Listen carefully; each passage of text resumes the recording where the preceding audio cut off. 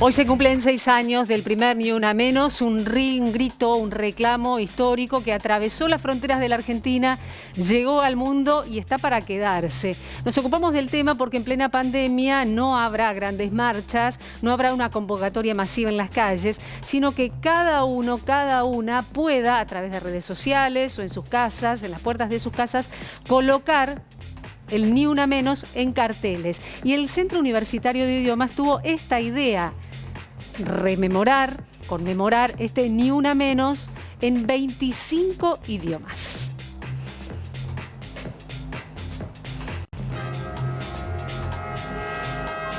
Sumamos a la campaña del Ministerio de la Mujer, de Diversidad y del colectivo Ni Una Menos para concientizar sobre el tema de la violencia de género en Argentina, y lo que estamos haciendo es una serie de materiales en los diferentes idiomas que se enseñan en el CUY, que tienen que ver con la difusión del 144, de las líneas de atención y de las campañas que hace el Ministerio para que se debata en el aula, sea un disparador del tema.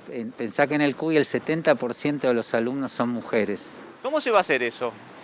Mira, cada profesor toma los materiales, que son unas placas en donde está el texto del Ministerio, lo del 144, un texto de ayuda, si conoces a alguien. Hay un texto en castellano que está traducido, ponele, en guaraní, o en hebreo, o en coreano, y en el aula, a partir de ese texto, que los alumnos lo leen, el profesor empieza a hacer actividades de discusión sobre el tema de la violencia de género, los femicidios, ya sea en Argentina como en el mundo o en los países del habla donde se enseña, ¿no? Del idioma que se enseña.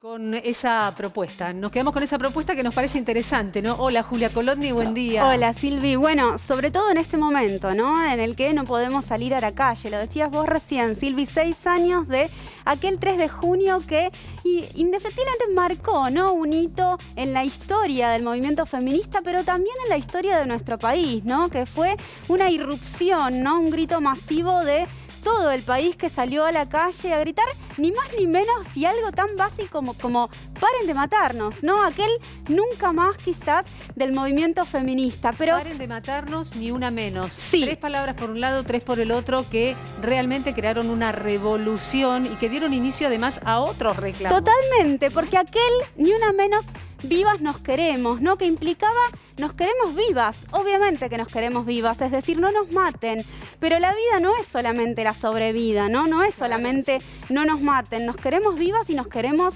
también libres y dignas, ¿no? Nos queremos con derechos y también implicó entonces, y ese ni una menos es importante para entender también dónde estamos hoy paradas, con el derecho al aborto que es ley, digamos, es muy difícil explicar la legalización del aborto el año pasado sin hablar de aquel 3 de junio, que obviamente no nació el movimiento feminista en Argentina el 3 de junio, pero que sí significó esa gran masificación. Ahora vamos a ver, Silvi, ¿qué pasa a 6 años de aquel Ni Una Menos? ¿Significó efectivamente un nunca más? ¿O qué es lo que pasa con la violencia machista? Porque lo que vemos es que no baja, ¿no? Estamos hablando de femicidios, de violencia machista física. ¿De qué estamos hablando, Vamos Julita? a hablar de femicidios. Dale. ¿Por qué? Porque salió un nuevo registro de la Corte Suprema de Justicia, que es el único registro que existe de manera oficial. Digamos, solemos hablar de números cuando hablamos de femicidios, pero lo hacemos a través de organizaciones de la sociedad civil. Este es el único registro que existe de manera oficial y que registró 251 femicidios en el año 2020, el año pasado. Vamos a ver si lo podemos ver a través de una placa. Ahí lo estamos viendo, 251 femicidios. Esto, recordamos, es del año pasado, en pandemia. 6 trans travesticidios que están dentro de estos 251 femicidios. Esto implica un femicidio cada 36 horas. 216 niñas son los que quedaron sin madre, los que quedaron huérfanos. Muchas veces lo decimos, lo hemos dicho, muchas veces incluso sus padres son los que han asesinado a sus madres. Es la parte que no entra en el título, ¿no? Cada vez que hablamos de un femicidio, hablamos de una mujer, de una persona que ha sido asesinada, y no hablamos en el caso de las mujeres que tienen hijos, de los que quedan. Exactamente. Porque es lo que vos decís siempre, Julita, los chicos, ¿a dónde van?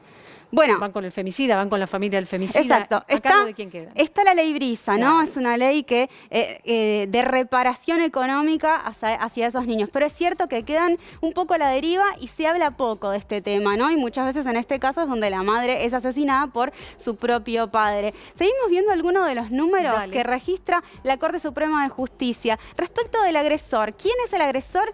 El femicida, el 59% pareja o expareja. El 84% conocido, pero no digo conocido, un conocido. Dentro del 84% es conocido cercano de la víctima. Es decir, el femicida es del círculo cercano de la víctima. 48% Silvi Convivía con la víctima. Convivía con Bueno, la a ver, víctima. Juli, vamos a aclarar una cosa. Si hacemos una cuenta rápida, allí da mucho más que el 100%. Sí. ¿Pero por qué da más que el 100%? Bueno. Porque en el caso de los que convivían, seguramente eran pareja o eran ex, Exactamente. eran conocidos. Por Sí, eso los exactamente. números son tan elevados y no dan el 100%. Lo aclaramos esto previamente. Totalmente. Bueno, y 7 de esos femicidas eran parte de las fuerzas de seguridad, una problemática que es muy importante. Y la utilización de las armas reglamentarias para cometer esos femicidios. Exactamente, la utilización de las armas reglamentarias por fuera del horario de trabajo y también obviamente esta lógica en donde, bueno, en las fuerzas de seguridad se realza todo el tiempo esta idea de la masculinidad que tiene que ser fuerte, que tiene que ser proveedora, ¿no? Quizás la fuerza de seguridad de alguna manera condensa eso muy claramente. Julita, nos metemos de lleno en Sí. los avisos funerarios, en los recuerdos que publican el día de hoy el diario Clarín a Sí. propósito de este Ni Una Menos. ¿Por qué? Bueno, porque publica el diario Clarín, ahí lo estamos viendo en sus obituarios del día, están todas las mujeres que fueron víctimas de femicidios, ¿no? Ahí lo estamos viendo con el simbolito del Ni Una Menos y de la mujer. Vamos a recordar, es importante también que además de esta etapa que la verdad es significativa y obviamente que la vemos y a todos y a todas. Se nos hiela la sangre. Se nos pensar hiela en la esa sangre. cantidad de los 251 que dabas cuenta del año pasado, nada Sí, más. exactamente. Dos cosas respecto a esto. Uno me parece también interesante porque pone un poco sobre la mesa el rol de los medios de comunicación y quizás es necesario decirlo.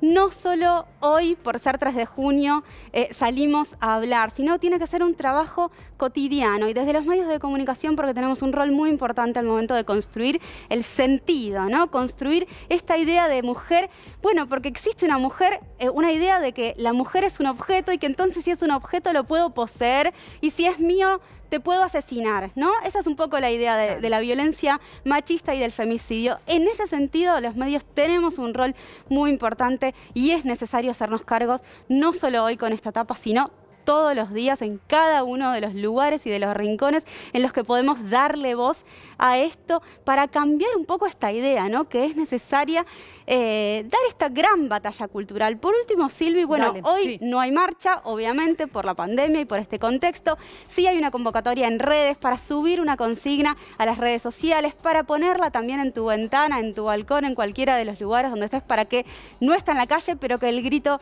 se escuche de todas maneras. Ni una menos, vivas nos queremos. Muchísimas gracias, Julia.